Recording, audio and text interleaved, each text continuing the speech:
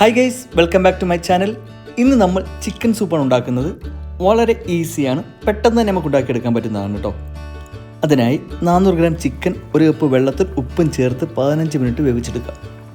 ആ സമയം കൊണ്ട് ഒരു പാനിലേക്ക് 20 ഗ്രാം ബട്ടർ ഇട്ട് ഉരുകി വരുമ്പോൾ അതിലേക്ക് ചെറുതായി അരിഞ്ഞ ഇഞ്ചിയും വെളുത്തുള്ളിയും പച്ചമുളകും ഇട്ട് കൊടുക്കാം.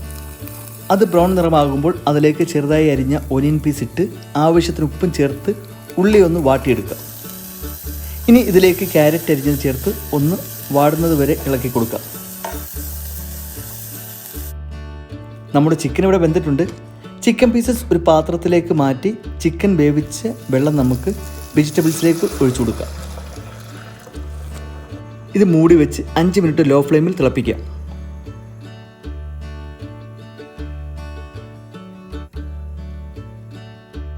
ആ സമയം ചിക്കൻ പീസിൽ നിന്ന് നമുക്ക് എല്ലാം റിമൂവ് ചെയ്യാം.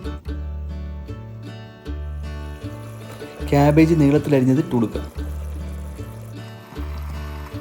1 ടീസ്പൂൺ പെപ്പർ പൗഡറും 1 ടീസ്പൂൺ ടൊമാറ്റോ കെച്ചപ്പും ചേർത്ത് ഇളക്കിയതിന് ശേഷം ഇതിലേക്ക് 1 ടീസ്പൂൺ കോൺഫ്ലവറും ഇതുപോലെ ഡയലൂട്ട് ചെയ്ത് ഒഴിച്ചു കൊടുക്കുക.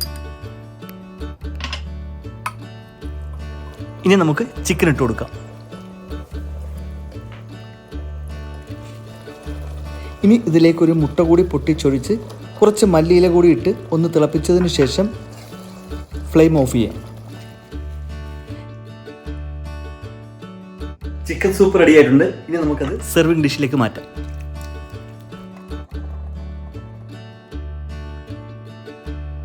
Small decoration.